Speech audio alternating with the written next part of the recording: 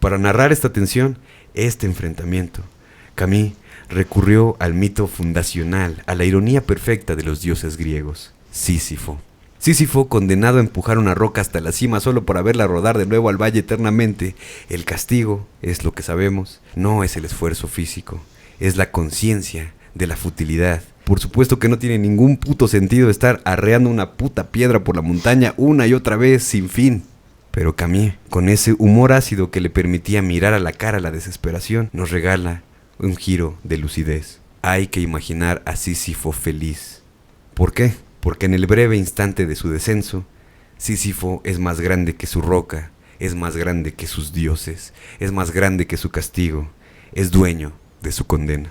Y ese descenso es el acto de rebelión que define a Albert Camus. Bienvenidos a Radio Locura 66.6 FM, ideas idiotas para gente inteligente, tu podcast de confianza para venir a desentrañar los misterios más deliciosos del arte, la música, la literatura y sobre todo en momentos como este un poco más soberbios. Lo vamos a hacer con personas que piensan que todo es absolutamente absurdo. Mi nombre es Alex Siriana, alex.siriana en todas las redes sociales. No se olviden que pueden ir a escuchar mi música a todas las plataformas y sobre todo les recomiendo que lo hagan en Bandcamp para que tengamos un poquito más de escucha ética de la música y sobre todo puedan apoyar más a sus músicos de manera directa y sobre todo a mí. Mi nombre es Javier, @más o menos en todas las redes sociales. Tengo aquí en YouTube mi canal hermano que se llama Más o menos Literatura, donde comparto cosas que a nadie le importan, pero a todo el mundo le sirven, es decir, reseñas literarias, comentarios críticos y culturales y demás cosas por el estilo. No se olviden que aquí les dejamos en la pantalla el Patreon y nuestro Instagram para que vayan a seguirnos por allá. Si es la primera vez que estás aquí en Radio Locura, en este episodio te recordamos, te informamos, te decimos directamente a ti que el episodio anterior fue sobre Martin Scorsese, un episodio kilométricamente disfrutable si tú lo estás descubriendo después de que veas este que está en estreno completamente como cada domingo a las 9 p.m. y también tenemos minisecciones durante toda la semana, pequeños bocadillos culturales donde hablamos de cultura, de ciencias, de descubrimientos, de cosas que a veces no nos importan pero son muy muy valiosas y ustedes lo descubren aquí en Radio Locura. De verdad agradecemos a todas las personas que han estado desde el inicio del proyecto. Les invitamos a que dejen su like, a que se suscriban también para que tengan más contenido de este que está totalmente relacionado con las artes y las cosas deliciosas de esta vida. Los invitamos en que en cualquier punto del episodio dejen aquí sus pensamientos en la caja de comentarios acerca de todo lo que estamos platicando, porque sobre todo lo que buscamos es hacer una comunidad de gente que esté interesada en estos temas, que a final de cuentas, como tú dirías, parece que a nadie le importa, pero realmente a todo mundo le sirve. ¿Cómo no nos va a servir tener un alma hermosa hecha a través del arte? Así que recuerden que la locura lo cura todo. Y que ser animal no está tan mal. Vamos a ver el intro y estamos de vuelta.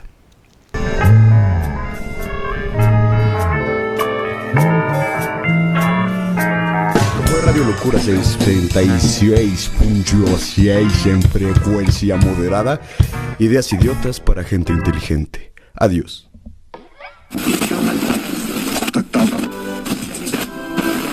Episodio 89, Albert Camus. Hoy no quiero que grabemos este episodio de podcast sobre la vida y obra y cosas geniales que podemos aprender sobre la vida de Albert Camus. En realidad, lo que quisiera en este momento es estar tirado en la oscuridad o en el sol, en calzones, con deudas, con el corazón roto, riendo o llorando, no importa en realidad. Pero quiero estar tirado para ponerme a pensar en la verdadera pregunta que resulta esclarecedora para toda persona que existe. ¿Es la vida un conjunto de sinrazones, sin dioses, sin reglas, sin orden, sin caos, sin muros que derribar ni libertades que conquistar? Y si es así, ¿de qué pinche manera se puede llegar a una certeza que al menos por un momento nos haga sentir que vale la pena vivir? Aunque sea por el regalo de una sonrisa, o el café de la mañana, o el olor de la ropa después de lavar. Para quien ya haya vivido más de ciertas décadas y tenga más de 2 dedos de frente, sabrá que a veces las pequeñas cosas resultan más liberadoras y hermosas que aquel día de ensueño que nunca llega. Al pronunciar estas palabras, noto que chocan de frente y se pulverizan ante la propuesta de existir con dignidad y empoderamiento individual que presenta el pensamiento de Albert Camus. Si has llegado hasta aquí, es porque buscas algo más que la foto icónica de Albert Camus que estamos viendo en este momento en la pantalla. Ese perfil de hombre bello, también sombrío y reflexivo.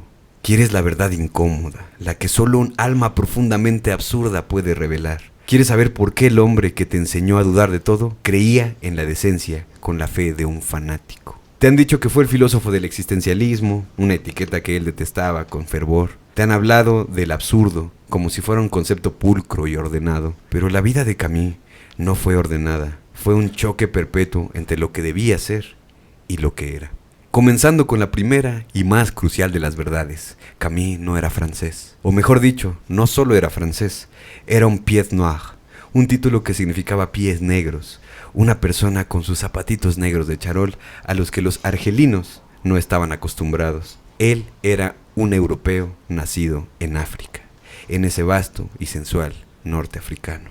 Y ser un pied noir era ser, por definición, un extranjero en todas partes. Un extranjero en Francia porque olía a sol y a salitre y no a biblioteca parisina. Un extranjero en Argelia también, por supuesto, porque la colonia nunca sería su verdadera patria. Su filosofía, ese absurdo con mayúsculas que definió toda una época, no la encontró leyendo grandes tomos, lo encontró sintiéndolo debajo de la piel, en las venas.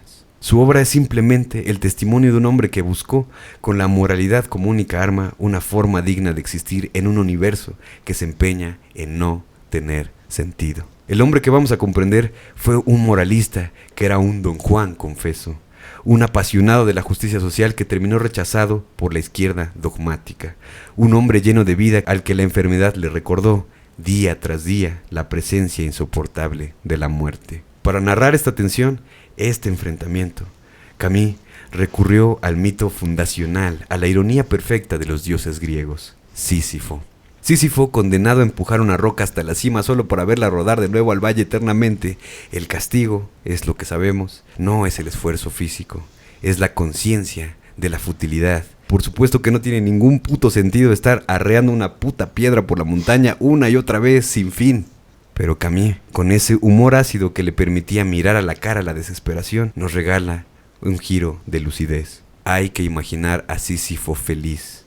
¿Por qué? Porque en el breve instante de su descenso, Sísifo es más grande que su roca, es más grande que sus dioses, es más grande que su castigo, es dueño de su condena.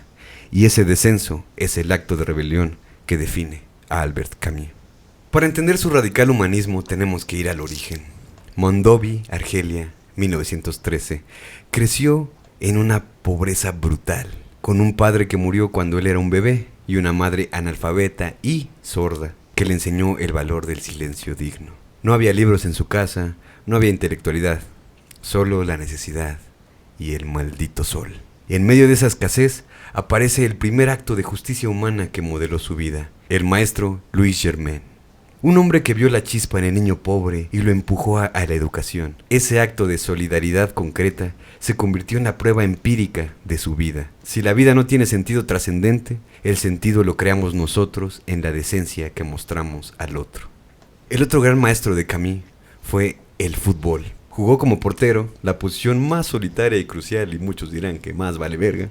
Y allí, entre los gritos y el polvo, no, lo dije yo, él aprendió la regla de oro que resume todo el absurdo. Lo que sé con mayor certeza sobre la moral y las obligaciones del hombre, se lo debo al fútbol. No, grande, pibe, Maradona. Grande, ¿cuántas copas tenés? La pelota nunca viene hacia uno por donde uno espera que venga. Y qué verdad tan brutal, sacada de un FIFAs, la verdad, ¿no? La vida es un caos impredecible. La pelota, la tragedia, la muerte, viene de donde menos la esperas. Y tu única obligación, la del portero, es estar listo para el impacto. Su carrera atlética, claro, tuvo que ser truncada por la maldita tuberculosis. El destino no le permitió ser un hombre puramente físico. La enfermedad lo obligó al exilio de su propio cuerpo. Lo convirtió en un observador, confrontado con la muerte ya a sus 17 años. El absurdo para Camus nunca fue un concepto, fue una condena biológica inoportuna. Pero llegamos al momento de la cristalización en 1942, cuando publica dos obras en paralelo que se explican mutuamente, una dualidad intelectual perfectamente organizada. En el ensayo El mito de Sísifo nos da este diagnóstico: el enfrentamiento entre nuestro deseo de razón y el silencio del universo, y nos exige vivir la lucidez, rechazar ese salto de fe. Si no hay esperanza, amigos míos, no hay decepción. Entre las líneas de este texto profundamente filosófico, aunque también muy ensayado, Camus presenta el hecho de que es casi imposible ser lógico hasta el fin, que el mundo se nos escapa porque, aunque somos parte de él, irremediablemente el mundo termina siendo el mismo, sin ningún tipo de cuidado o pretexto. Aquí en este texto nos va a hablar sobre la belleza como un paraíso perdido, donde el momento en el que pensamos o percibimos la belleza, todo está realmente en nuestra cabeza. Somos entes que todo quieren entender y todo quieren comprender. Todas estas son ilusiones. El esfuerzo, la lucha, la libertad, todo eso existe en nuestras cabezas. No dan premios Nobel por pensar correctamente o de la manera más ordenada. El ganar un premio Nobel o de cualquier tipo es una experiencia humana que solo un humano puede vivir y solo a él le importa. Y nada de esto te blinda ante la muerte, justo como lo veremos en el caso de Albert Camus. También nos habla sobre que todo está ordenado entre las sangrientas matemáticas, literalmente así lo dice, de nuestra condición humana. Todo lo que nos hace ser y existir, todo aquello que amamos y odiamos es sin duda solo una cuestión de perspectiva. En este escrito nos invita a pensar también en el mundo, el universo, o como le quieras llamar, pero como un ente sintiente. Eso sí, sin ningún tipo de moralidad más que la de la preservación de la energía, sus reglas básicas, sus reglas lógicas, pero también en ese imaginario de que ese mundo universo puede amar y sufrir como lo hacemos nosotros. Camus revolucionariamente escoge las mentiras menos mentirosas que brotan de su cabeza, aunque siempre apoyado de la filosofía de otros como el grandísimo Søren Kierkegaard, aunque en esa sensatez algo relevante es que se rinde ante el error como la única materia de verdadero conocimiento, lo cual para mí es algo muy importante, el hecho de pensar que todo el tiempo estamos viviendo la prueba y el error, ¿no? Y él de alguna manera pues lo pone para todos nosotros, decir, no hay pedo, güey, que te equivoques, si estás pendejo, lo vas a lograr porque de todas maneras no hay nada que lograr. Este libro es en esencia su forma de pensar para sí mismo, el origen de lo que él percibe como absurdo. Algo que suena muy estéril cuando lo pones en esas palabras, pero en realidad es una idea que se instala en el pensamiento para toda la humanidad, como descargándola del éter, mi brother. Lo relevante de entender de todo esto es el planteamiento filosófico más importante, el suicidio.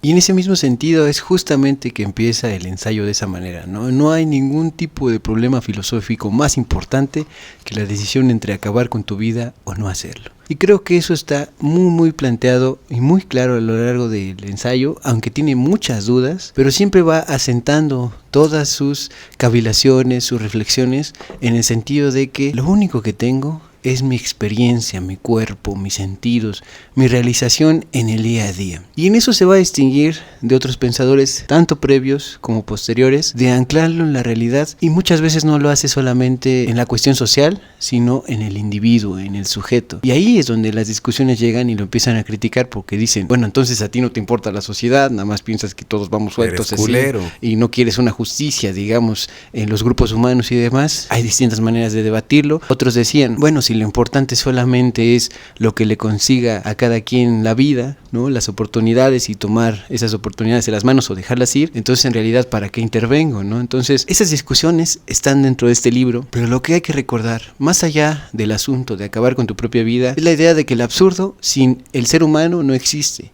y el absurdo sin el mundo tampoco. Es una tensión constante, es un divorcio, pero que es muy lógico de cuestiones opuestas. El mundo está en su realidad, va a estar después de nosotros, antes de nosotros y demás. Fuimos lanzados a esta realidad por haber nacido sin ni siquiera planearlo, no nos preguntaron, pero entonces, ¿cómo es que esta cuestión que es innegable y además que nos vamos a morir en este mismo mundo, cómo es que podemos decidir rebelarnos ante eso? No aceptar y solamente rendirte, sino aceptar que el mundo es así, es absurdo, que la realidad es así, es completamente indeterminada, ¿no? Completamente impersonal, aunque sí se siente en el día a día, ¿no? Eso es muy importante destacar porque siento que muchas personas llegan a tomar a la filosofía o en sí los escritos de Albert Camus como si fuera una especie de algo que yo acabo de acuñar, como el derrotismo, ¿no? O sea, es como de justo lo que decías. Si entonces las cosas ya no tienen sentido, entonces podemos hacer y decir cualquier chingadera porque no importa y no tendríamos ni siquiera que intervenir en los grandes procesos del mundo. Ni en nada. Y en realidad el absurdo es básicamente todo lo contrario. Es decir, no es que niegues todo, sino que en realidad estás aceptando que todas las cosas pueden ocurrir, ¿no? Y que están ocurriendo, porque tú no las estás validando con tu forma de ver las cosas, sino simplemente las estás percibiendo, ¿no? Para decirlo de una manera menos abstracta, pues él también lo pone en los términos de que el absurdo en realidad es algo que a mí me gustó mucho entenderlo de esa manera etimológica, como lo que está más allá del sonido, ¿no? Todo lo que podemos escuchar lo estamos percibiendo, pero el absurdo es aquello que se escapa, digamos, a eso que podemos escuchar, como esta percepción del mundo. mundo, ¿no? Entonces, si nosotros tomamos al mundo como algo absurdo también, estamos de alguna manera también validando la idea de que hay algo más allá de lo que estamos percibiendo a simple vista, ¿no? Y que esas son lógicas que nosotros no podemos entender del todo. Y Albert Camus, con este ensayo y con otros que ya estaremos viendo un poco más adelante, justamente lo que está intentando reivindicar es como, a ver, brothers, no se saquen de onda, todo, o sea, todo es posible mediante la forma en la que es posible. Yo ya no me meto en pedos así que de Kierkegaard y que de Heidegger y esas pendejadas, ya los puse ahí su nombre en su libro y a chingar a su madre, pero lo que yo estoy intentando ver,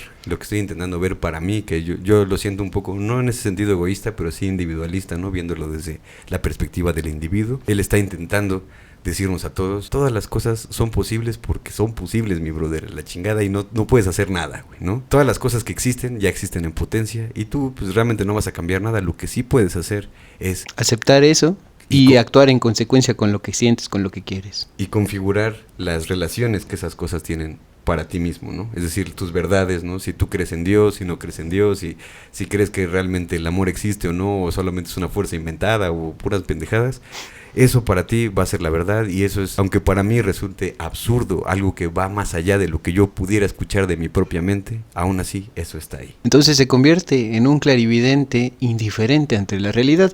Es una frase completamente del mito de Sísifo, y entenderlo es como, tienes todo clarísimo, mi brother. El mundo, todo para ser feliz. El mundo es completamente claro para ti, no hay nada que lo determine, no hay ningún Dios, no hay ninguna esperanza, y por lo tanto aceptas eso. No hay ninguna esperanza. Y una vez que aceptas que no hay ninguna esperanza, o cambiemos la palabra, no hay nada definido, entonces puedes rebelarte ante ello constantemente, proponer cosas, ser creativo.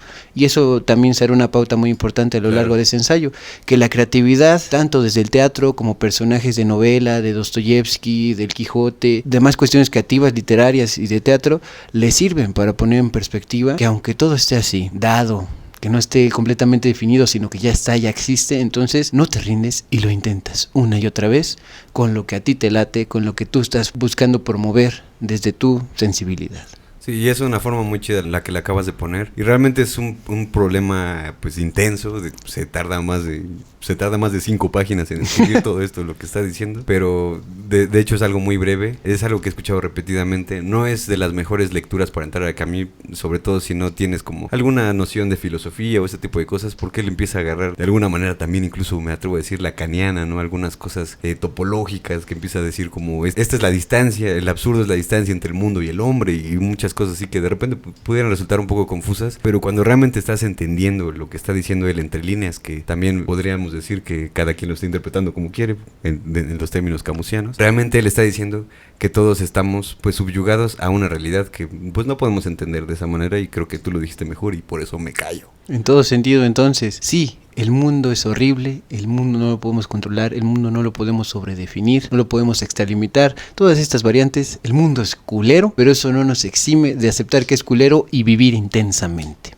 Una de las cosas más importantes que tenemos que entender del ensayo del mito de Sísifo es justamente esto, ¿no? La pregunta de por qué seguimos aquí, ¿no?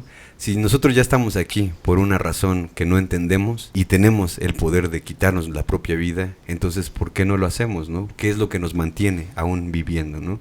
Esto también lo hace de una manera pues benigna, no creo que bueno, al menos dentro de las líneas no se lee que nos esté incitando a que muramos, sino que nos hace reflexionar literalmente acerca de esas cosas que nos mantienen aquí, y él lo está poniendo dentro de sus propios términos en las cosas en las que más se puede, digamos, agarrar, ¿no? En este vacío inmenso que es el mundo para él, en esos pequeños conceptos que realmente nos pueden hacer sentido, ¿no? Pero la joya de todo este ciclo, que de hecho fue una obra que también escribió básicamente a la par que el mito de Sísifo, y también se puede entender un poco dentro de su pensamiento que es algo simultáneo, es El extranjero.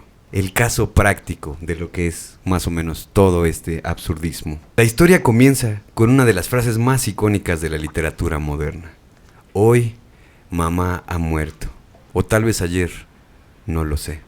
Aquí está el absurdo en su forma más pura. Meursault, el protagonista, Meursault, para las personas que lo estén nada más escribiendo en su mente, es el hombre que se niega a fingir emociones que no siente. No llora a su madre, y no lo hace porque le importa una chingada la convención social.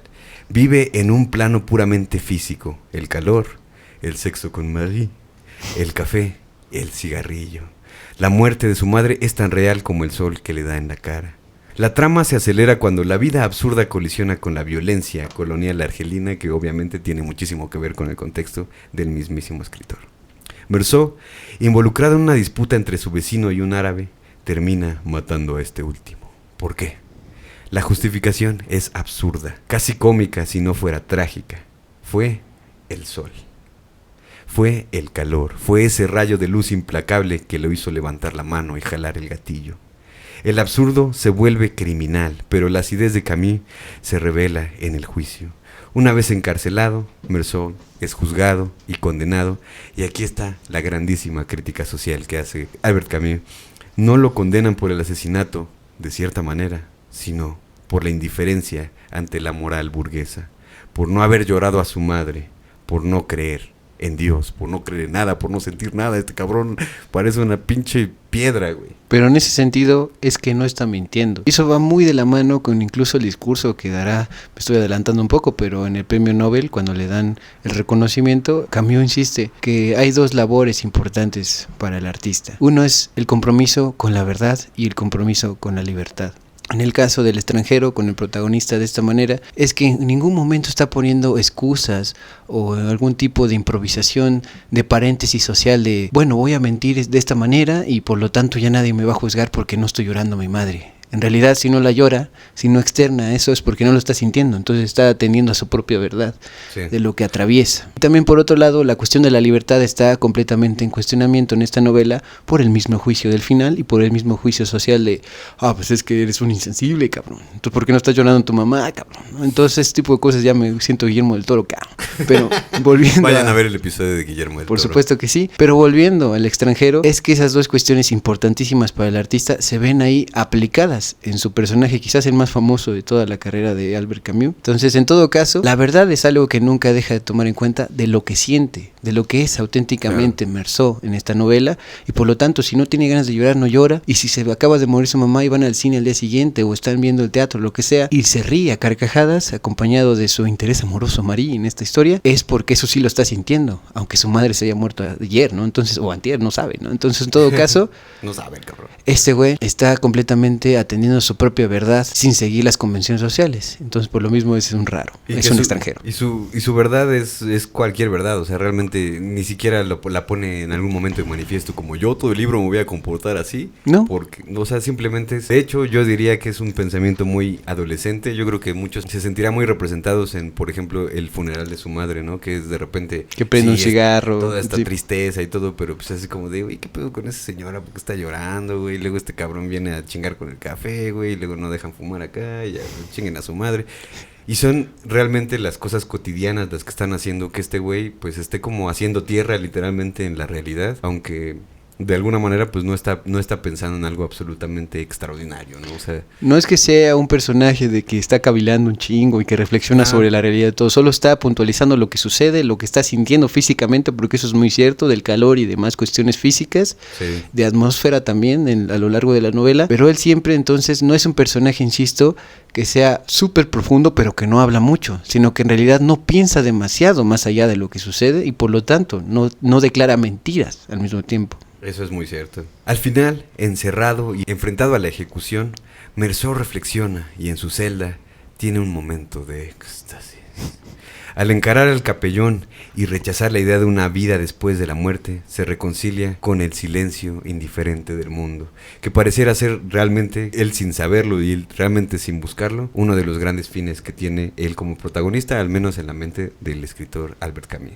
Y sobre todo, perdón, también en mi podcast, ¿sí?, decir en ese mismo instante que es, si no recuerdo mal, el único momento a lo largo de toda la novela donde ves que él exterioriza una emoción muy intensa, que se enoja frente al encargado de darle la resolución cristiana, ¿no? De la religión. Entonces ahí ves su furia cuando nunca antes habías visto una reacción, digamos, pues muy intensa de su parte, exteriorizada mucho menos. Sí, güey. Sí, güey, qué chido, güey. Y justamente una de las cosas más rescatables para mí de toda esta lectura, que obviamente se las recomendamos, cada una de las cosas de Albert Camus van a ser muy recomendables, pero en este sentido creo que sí podemos destacar bastante el hecho de que es una persona que podría, yo creo que resonar con muchas personas que son a lo mejor muy introvertidas o que de alguna manera tienen pensamientos así como que sienten que son demasiado especiales como para estarlos compartiendo con todos, ¿no? Para bien y para mal. O que simplemente a veces solo se basen en lo que sienten. Sí. Físicamente o digamos con cuestiones muy personales, me refiero a cosas muy básicas de simplemente estar vivo, ¿no? No buscarle más vueltas, sino lo que estás sintiendo en un momento determinado y no estar sobrepensando, sino sobresintiendo, pensémoslo así. Y es una de las cosas que se asoman ya como una de las verdaderas potencias de Albert Camus como escritor, porque realmente todo esto que estamos diciendo es como de, güey, el personaje pues realmente no está haciendo mucho, no está pensando mucho, pero toda la narrativa realmente te está llevando por un lugar que me atrevería a decir que sí es paralelo a la filosofía que él estaba poniendo de manifiesto en el mito de Sísifo, ¿no? Que recordemos que estas son obras paralelas que básicamente están en su escritorio siendo escritas casi al mismo tiempo.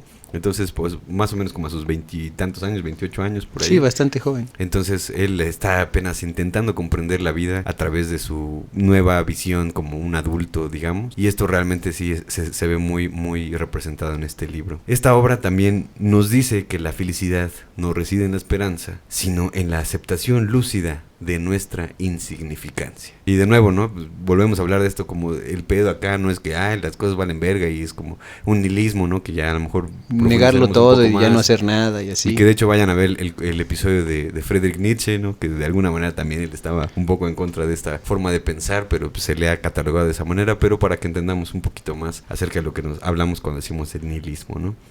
La vida, sin embargo, obliga a este hombre, nuestro hombre, Albert Camus, a dejar la contemplación. La Segunda Guerra Mundial estalló. Camus, que había sido expulsado de Argelia por denunciar la injusticia colonial en su periodismo, se vio obligado a actuar. Se unió a la resistencia como editor del periódico clandestino Combat. Su ética, forjada en la decencia y en la cancha, le dijo que el silencio del universo no puede ser una excusa para la indiferencia del hombre. Había que combatir el mal organizado. Exactamente.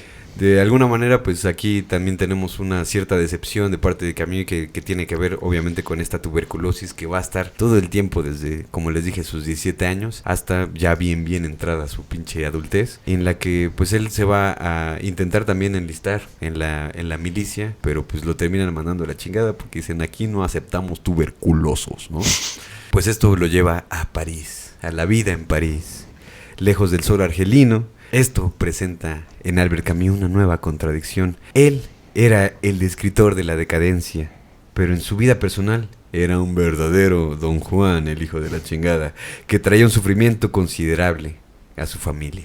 Su esposa Francine, madre de sus mellizos, cayó en una profunda depresión a causa de sus constantes infidelidades, y hay que decirlo con todas sus palabras, porque creo que yo me estaba poniendo a pensar con esto, dije, yo realmente admiro mucho, ¿no?, la forma en la que Albert Camus piensa, pero obviamente también tiene sus prácticas personales que dices, esto sí es de tremendos hijos de la chingada, ¿no? Claro. Ninguno de los artistas de los que hablamos aquí, o que te puedan llegar a gustar en cualquier momento, son personas que son absolutamente pulcras, que tienen un alma muy generosa, que todo el tiempo van a hacer las cosas bien, obviamente siempre van a tener sus detalles, ¿no? Y aquí viene esta conversación de separa la obra del artista y separa el arte del artista y todas estas mamadas. También hay que entender que todo es contextual, no por decir, no, pues es que en ese momento todos eran infieles, ¿no? Sino el hecho de pensar que Albert Camus estaba también siendo atravesado por esta misma condición humana que todos tenemos, que al que no seamos escritores del Nobel, pues realmente también estamos viviendo en esta misma, pues, posilga hecha de mierda que es el planeta Tierra, ¿no? En todo caso, en términos muy sencillos, quiere decir que ningún artista es perfecto, porque son personas al final del día, en todo momento, y si se extienden muchísimo estas prácticas machistas o misóginas de engañar, de traicionar a la pareja, eso no exime la realidad completa de toda su carrera, pero eso tampoco exime que esté bien considerarlo ni en ese momento ni acá, todo en contexto, hay que entenderlo. Sí, a final de cuentas, pues no es por el hecho de moralizar las cosas, sino también poner sobre la mesa, ¿no?, el hecho de que pues todos tenemos formas muy de la verga de ser, ¿no? Todos de repente somos desesperados, todos podemos llegar a ser infieles, pero ese tipo de cosas no tienen por qué ser normales, ¿no? Eso es lo único que quiero realmente recalcar. El hecho de que Albert Camus haya sido infiel no quiere decir que tú ya tienes que ser infiel para escribir algo chingón. Mejor ponte a estudiar y eso te va a llevar a hacer grandes obras como las hizo Albert Camus. Pero en este caos de culpa y pasión se forjó una relación que fue para Camus un acto de certeza en el mundo del absurdo. María Casares. Ella no era una amante cualquiera, era por derecho propio una figura estelar de la cultura francesa, una actriz española exiliada de la guerra civil, con una presencia escénica electrizante y una inteligencia comparable, o quizás superando un poco también la de Albert Camus. Ella era la musa de todos los grandes dramaturgos en ese entonces, una mujer de temple y de lucidez, que termina con este pinche dandy hijo de la chingada, que también hay que decir como nota al pie de página, que era considerado realmente un hombre hermoso, ¿no? Era un hombre considerado hermoso, que de alguna manera pues era el guaperas, ¿no? El güey que de todas las gana todas, ¿no? Porque era deportista, era guapo, era inteligente, era nerd, pero al mismo tiempo también tenía ese reconocimiento y sobre todo tenía una filosofía que a la gente realmente podía llegar a tocarles fibras muy sensibles, que decían, este güey es mi pinche Dios, ¿no? Y en todo sentido también era un excelente bailarín, como están viendo en esta imagen que sale en este momento. También esa es una realidad de Albert Camus. Así que dentro de todos estos movimientos donde la gente intenta conquistar a mujeres, que son mujeres que de alguna manera son muy cotizadas, ¿no? Dentro de este mercantilismo capitalista, machista que es el encontrar una pareja, pues ella termina de alguna manera decidiendo que quiere tener esta relación con Albert Camus. Pero obviamente hay que hacerlo notar, esto era fuera del matrimonio de Albert Camus, que ya en ese momento tenía 2 hijos. Lo importante de esto no es simplemente recalcar el hecho de que estuviera con ella, sino también la poesía que conlleva el hecho de que ellos dos se conocieran en un día demasiado histórico, no solamente para Francia, sino para el mundo, ¿no? El día D, que es el 6 de junio de 1944, el día D es el día de la desembarcación en Normandía. No, este no es un canal de historia, entonces no lo vamos a hablar totalmente hasta el fondo, pero pues vale mucho saber el hecho de que fue el desembarco de tropas aliadas de Inglaterra, de un chingo de lugares, que intentaron ya empezar a poner el dedo sobre el renglón de ya vamos a mandar la chingada a los putos de acá de la pinche Francia y de toda Europa, ¿no? Entonces ese día es totalmente histórico y ese día es un día que fue invocado para pues traer de alguna manera paz al mundo, y pues eso, como ya lo sabemos siempre, traer paz al mundo siempre significa una guerrita de por medio, ¿no? Y entonces aquí ellos están dentro de este conflicto y están también en este conflicto amoroso. Ellos se conocen justamente en este día, entonces eso solamente lo quería poner ahí porque me parece una pieza histórica muy poética. Sí, en todo caso recordar, insistir, él formó parte, como ya habéis dicho, de la resistencia francesa. Y eso también, pues lo decimos muy fácil, ¿no? Pero si está completamente tu país dominado por una potencia externa dominante, completamente en todo sentido, como fue Alemania del Tercer Reich, pues entonces es a considerar, ¿no? Que también, aunque mucho es pensar que el individuo y que el absurdo y todo esto, pero hay causas que hay que defender en acción. Entonces, eso también es muy pragmático de su parte y eso es muy valorable porque muchos otros, pues no actuaron de esa manera, ¿no? Muchos otros fueron incluso colaboradores de los ASIS en su momento, pero en todo caso, en Albert Camus no fue completamente una realidad, fue lo contrario. Y que es algo que está muy chido justamente tomar en este punto, porque Albert Camus de alguna manera nunca encajó perfectamente ni con estas perspectivas como ahora se dirían totalmente de derecha o de izquierda, o simplemente revolucionario, antirrevolucionario, o incluso en Argelia, ¿no? Siendo totalmente pro-francés. O sea, él realmente estaba haciendo una propia filosofía acerca de cómo ver todas estas cuestiones políticas, ¿no? Y esto ya lo veremos un poco más desarrollado con cómo tiene este cierto rechazo también político de parte de los argelinos y también de parte de Francia, porque este güey, pues digamos que siempre pugnaba por esa solución que beneficiara a ambas partes, ¿no? Porque también recordemos, él no era un francés parisino, no era un francés que hubiera nacido ahí en Francia, sino que era, de hecho su madre era española, ¿no? Entonces hay que ver también esa mezcla de etnias que él tenía dentro de su propia sangre, y pues eso también lo hacía actuar. Recordemos que también todo esto es una cuestión contextual, y pues todas las cosas que nosotros hacemos tiene que ver con nuestra propia historia, el lugar donde nacemos y todo, y es importante entenderlo para poder entender la filosofía de Albert Camus y por supuesto sus grandísimas obras. En medio del caos de esta guerra que ya se avecinaba por el día D, 2 almas se unieron. Camus encontró en Casares no solo pasión, sino una compañera intelectual que entendía su angustia sin juzgar su vitalidad, que fue, me atrevo a decir, una de las cosas que realmente lo prendó a ella, ¿no? Esta capacidad tal vez intelectual y filosófica de poder entender el mundo en la manera en la que él lo veía, de una manera muy parecida. Ella le ofreció una verdad tangible en un mundo de mentiras. Su relación, sostenida por más de 800 cartas deslumbrantes a lo largo de 16 años, que de hecho tienen todo un tomo donde pueden leer cada una de las correspondencias, es un monumento a la confianza. Él mismo lo confesó. Lo que gané en los días difíciles que acabamos de pasar juntos es mi confianza en ti. En un universo mudo y frío, la certeza de la conexión humana, de la complicidad sin velos, se convierte en algo muy importante para Albert Camus, el fundamento de la rebelión. Y esta es la clave de la transición. La guerra y la pasión desenfrenada habían enseñado a Camus que la indiferencia cósmica es real, pero la responsabilidad humana también lo es. La vitalidad de la vida, esa chispa que Casares avivaba, exigía realmente una respuesta ética de parte de Camus y de su alma. Aunque precisamente de esta experiencia de guerra y resistencia nace La Peste, en 1947. La novela, ambientada en la ciudad de Orán, es una alegoría política absolutamente devastadora. Sí, se lee perfectamente como una historia sobre una epidemia y no es casualidad que muchos volvieran a ella durante la pandemia del COVID-19 en 2020, con sus cuarentenas, sus negacionistas y su miedo. Pero su lectura más profunda es su denuncia del fascismo y del totalitarismo. La plaga, nos dice Camus, es la manifestación del mal que no es exótico, sino burgués y recurrente. Nunca se va del todo, y aquí el absurdo evoluciona en rebelión, que es uno de los grandes saltos que hace en un sentido, digamos, narrativo dentro de todas sus obras, porque casi todas están hablando del absurdo, mi bro, y ahí nos quedamos. Pero aquí realmente da ese salto a la rebelión, ¿no? Personajes como el Dr. Ryu y Tarrú no luchan contra la peste por esperanza religiosa o promesa de utopía. Luchar es un imperativo ético. Mi gente se está muriendo, chingada madre, tengo que hacer algo. Luchan por esa decencia. El Dr. Ryu acepta su tarea sin ilusiones, y él dice: puede que el absurdo no lo sea todo, pero sin duda la peste es real. La respuesta filosófica es la ética del límite. El sufrimiento del otro es la única razón suficiente para la acción solidaria. Todo dolor es mi dolor, porque en potencia yo también podría sentirlo. Y yo lo estoy diciendo ahorita como muy al aire, pero realmente es algo muy importante que deberíamos entender como humanidad. Todo dolor es mi dolor, porque en potencia yo también podría sentirlo. Es algo profundamente político y filosófico. Si yo no lucho por la libertad de los demás, me niego completamente en ese momento mi propia libertad.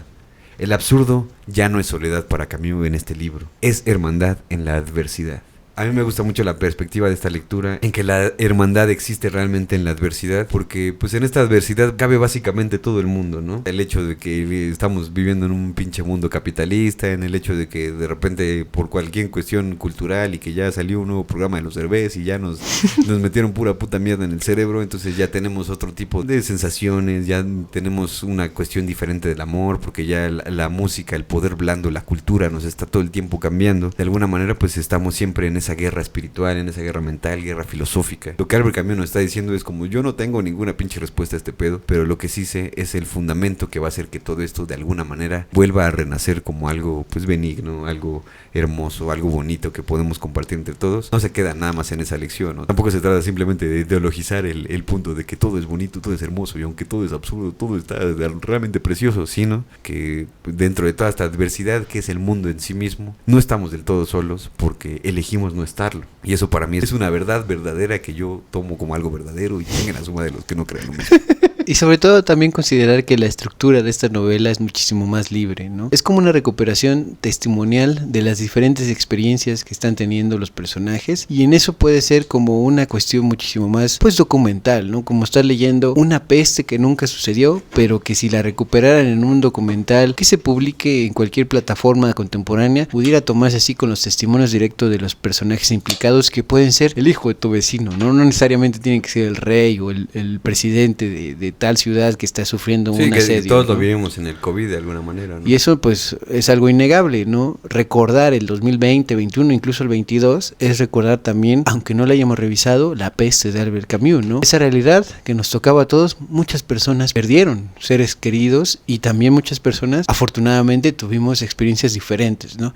Pero aún así, los dolores, las pérdidas, la incertidumbre no anulan la realidad de los demás. Entonces, en todo caso, es una fraternidad dentro de lo lamentable, pero lo lamentable no es lo único que tiene que determinarlo todo. Sí puede ser, una vez más, el mundo, una situación muy culera, pero eso no quiere decir que aceptemos que sea culera para intentar cosas distintas, más creativas, y en este caso, pues de curar la perspectiva, de ampliar el panorama, de ser completamente solidarios o intentarlo una y otra vez. Y justo como lo dices, creo que lo importante de él, y creo que también lo podríamos rescatar junto con la filosofía nietzscheana, ¿no? Que obviamente está basando mucho también de todo lo que está diciendo Albert Camus. Lo que podemos sacar de todo esto es como de, mira, es más, ya ni te lo voy a poner en términos herejes de que si Dios existe o no, o sea, simplemente las verdades más profundas del universo pareciera que están apuntando todo el tiempo a que tienes que hacer algo. O sea, las cosas buenas en tu vida no se van a dar simplemente porque se van a dar.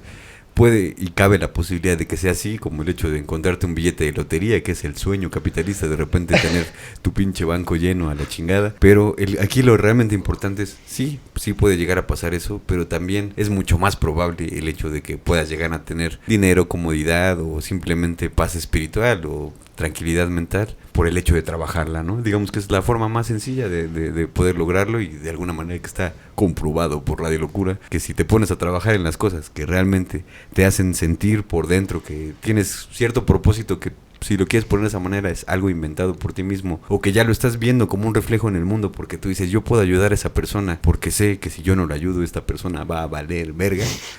Entonces ahí ese incentivo que ya va más allá del altruismo, sino como una cuestión de espejeo, ¿no? Si yo te voy a sufrir a ti, entonces yo te puedo tender la mano para que tal vez en algún momento en todo este universo alguien me tienda la mano a mí también, en cierta manera.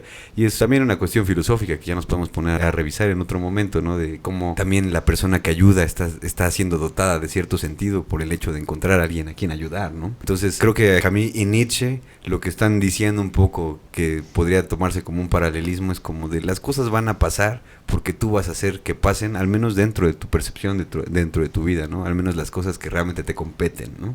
Y eso comparte también con una realidad que estuvimos tocando en otro episodio de Marcel Duchamp, disponible desde hace varias semanas en el canal. Nos referimos al concepto que él proponía de lo infraleve. Esas pequeñas, grandes experiencias que pueden ser tan futiles, ¿no? Tan pasajeras. Sin sentido. Pero que vuelven a permanecer cuando tú les pones atención, les dedicas un buen momento, como ese aroma que queda después de que alguien entra en el metro, ¿no? Que decía Marcel Duchamp, el sabor del cigarrillo en la boca después de fumar, etcétera, etcétera. Sí, las gotas en la ventana cuando llueve, la mirada de un extraño en el metrobús que dijiste, no mames, está hermosa esa mujer, o está hermoso ese pinche hombre, no mames, es el hombre más hermoso que he visto en mi vida. No solamente es hablar de que en lo inútil está la vida, sino que es agarrar lo cotidiano para hacerlo completamente intenso en tu experiencia.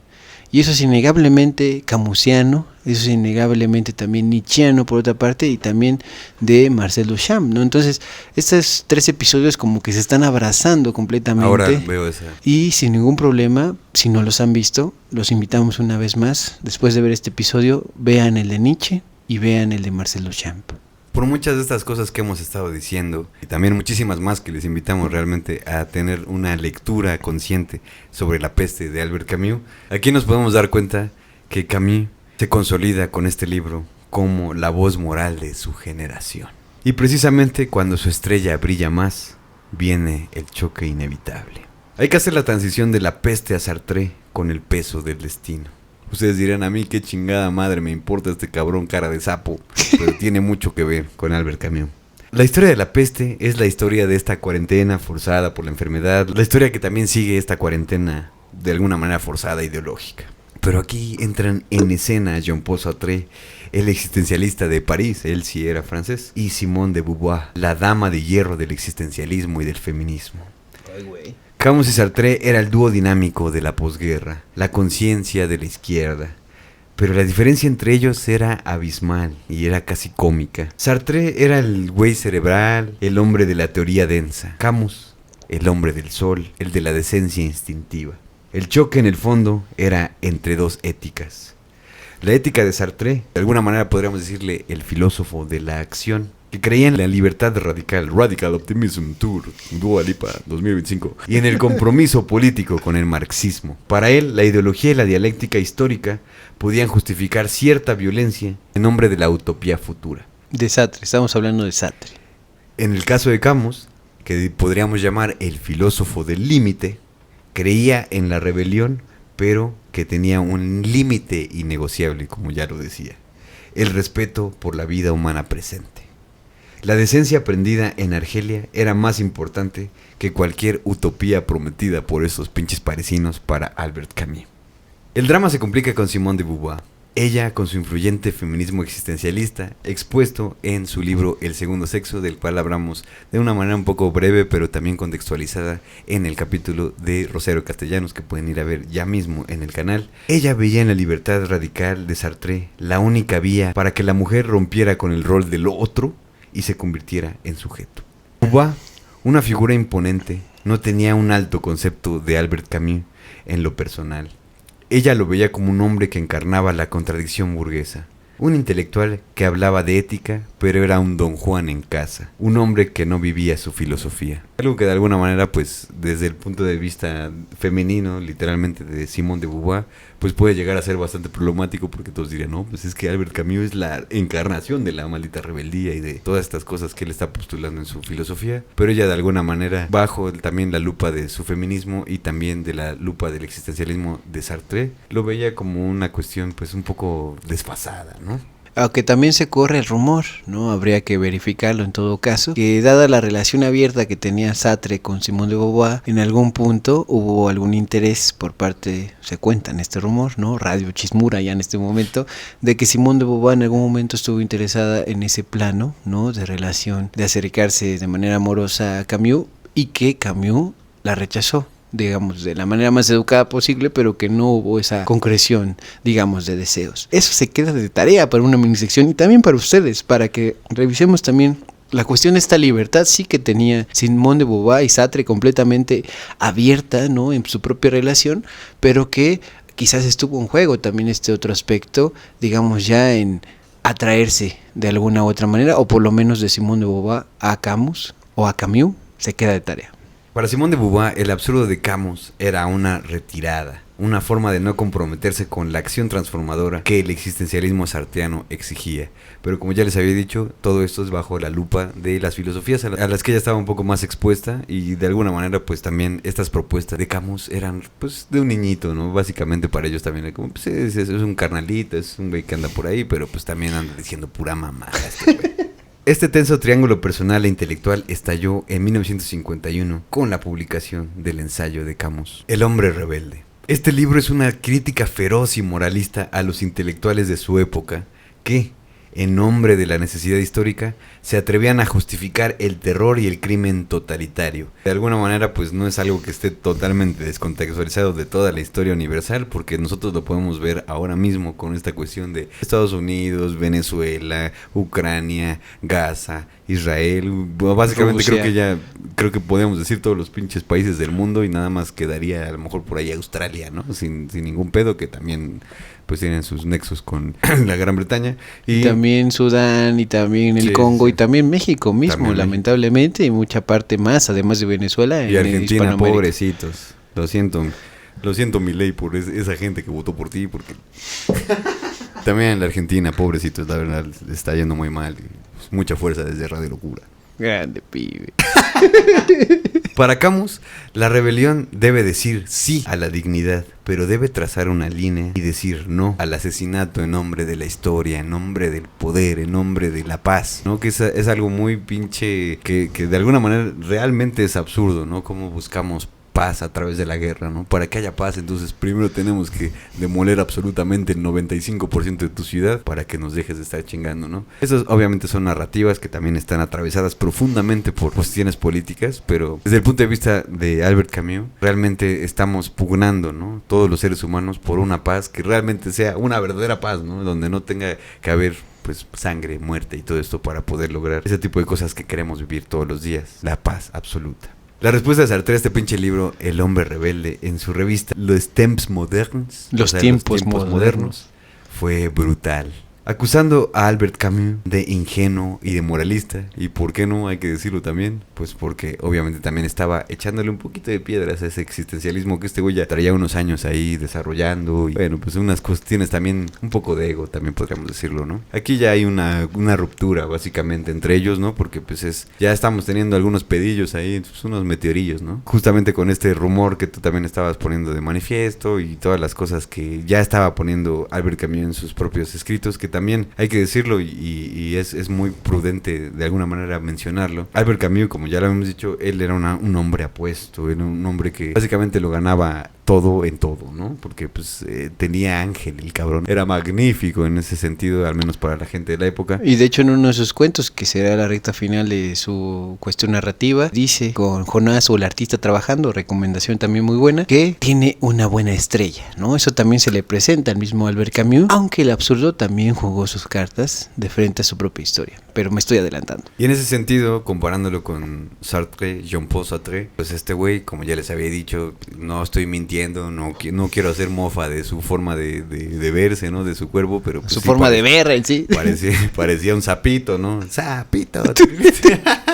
Parecía un sapo el cabrón, ¿no? O sea, parecía una rana. A la Diego Rivera, sí. Sí. O sea, tenía los ojos separados, era feo, ¿no? De cierta manera. Entonces, muchos también adjudican el hecho de que es como este cabrón, o sea, porque para empezar hay que entender un poco también esto que se dice de Albert Camus, que no era ningún pinche filósofo, que ese güey escribía puras pinches novelas y que se quedara en su periodismo. Que era un literato y ya, la verga. Ajá, ese güey escribe y ya, la chingada, pero no es un verdadero filósofo de cepa, un cabrón que se mete al laboratorio mental como Jean-Paul Sartre. Y entonces Sartre de alguna manera pues dice, ¿cómo este cabrón ahora sí que me va a comer el mandado filosófico? Sí, o incluso mis interacciones de deseo, ¿no? Con Simone de Beauvoir en este rumor. Y creo, muy básicamente, que lo abstracto, lo académico, lo más pelado de lo clásico del estudio de Sartre, frente al carisma, frente a la cuestión encarnada de la filosofía de Albert Camus, está en contradicción muy difícil. Fueron muchos años o bastantes meses, como quieren pensarlo ustedes, en que compartieron una amistad y también con Simone de Beauvoir y todo esto bien y se iba dando, pero a partir de esta discusión de la revista Los Tiempos Modernos, hay un quiebre total por esta publicación, ¿no? El hombre rebelde, que es una revisión histórica, insistiendo muy puntualmente, que va desde lo más clásico de la humanidad hasta los tiempos más contemporáneos con el siglo XX. Entonces, este es uno de los textos más recomendables si ustedes quieren darse una visión panorámica de la capacidad que tenía la pluma de mismísimo Albert Camus para reflexionar no solamente en el individuo, porque ya había pasado la peste, ya había pasado la Segunda Guerra Mundial, sino que también hay una inmersión histórica para criticar. Y esta es una palabra clave que, si no recuerdo mal, viene en el mito de Sísifo, un concepto, más bien, la rebeldía encarnada. No solamente es por el nombre de la historia, como estaba diciendo hace un momento, tenemos que arrasar con todo y eliminar a los que no piensan como nosotros, o los que están más cercanos, pero no tan cercanos a nosotros, que se vayan al carajo. No. Para Camus eso tiene que ser rechazado, porque en cada experiencia humana hay una verdad, aunque el mundo sea absurdo. Entonces, una rebeldía encarnada también es el mismísimo Camus. Es porque es absurdo el mundo que cada una de las verdades tiene su validez, ¿no? Porque pues realmente no hay una verdad que se pueda instaurar por encima de las demás en ese sentido, ¿no? Como el hecho de pensar que lo que yo pienso es más importante que lo que tú piensas u otra persona, es como cada quien está haciendo esta interpretación de todas estas cosas aleatorias que están ocurriendo en el mundo. Y justamente ahí quiero hacer esta puntualización de que Albert Camus, yo creo que una de las cosas que tenía totalmente de su lado era pues una prosa directa, sobre todo poética y hermosa, ¿no? Algo que pues sí, obviamente también Sartre con la náusea y todo eso, pues lo hace de cierta manera. Y también con su teatro, también. Ambos eran escritores, dramaturgos incluso también, pero Albert Camus tenía un estilo literario que realmente te hacía remover las entrañas, porque como ya lo había hecho, por ejemplo, en El extranjero, él de alguna manera pues sí te está dando todo un personaje que pues básicamente vale verga para todo y todo le vale verga, pero en la forma en la que lo está poniendo, realmente te está enseñando muchas formas de ver la vida a pesar de la indiferencia totalmente de ese personaje, ¿no? Entonces, eso es algo que solamente es accesible a través de una narrativa absolutamente bien cuidada, algo que solamente un escritor que digamos lo piensa desde un punto de vista digamos más artístico, ¿no? Un poquito más de este mensaje se puede decir de una manera en la que realmente lo puedan entender y no una cuestión filosófica y muerta, inerte en las pinches páginas, toda muerta, tu idiota. Albert Camus realmente lo intenta dar una vida, ¿no? Que realmente la poesía es una de las cosas que para mí hacen que el lenguaje cobre una verdadera vida, porque no nada más es la forma hermosa de morfemas y lexemas y todas estas mamadas que tú sí sabes y yo no, pero el lenguaje como tal pues se ve muy bien articulado en estos pensamientos poéticos, donde realmente nosotros podemos ahondar un poco más en esas cuestiones, pero de una manera más táctiles, más de lo que sentimos. Más encarnadas, nosotros, ¿no? Justamente, más encarnadas. Una rebeldía poética encarnada también en esto. Entonces, todo esto lo estamos diciendo para poner en el marco del problema que Jean-Paul Sartre realmente tenía esta pues cierta envidia, ¿no? De alguna manera, tanto intelectual como pues en otros sentidos, con Albert Camus. Es por eso que escribe todo este artículo en Los Tiempos Modernos.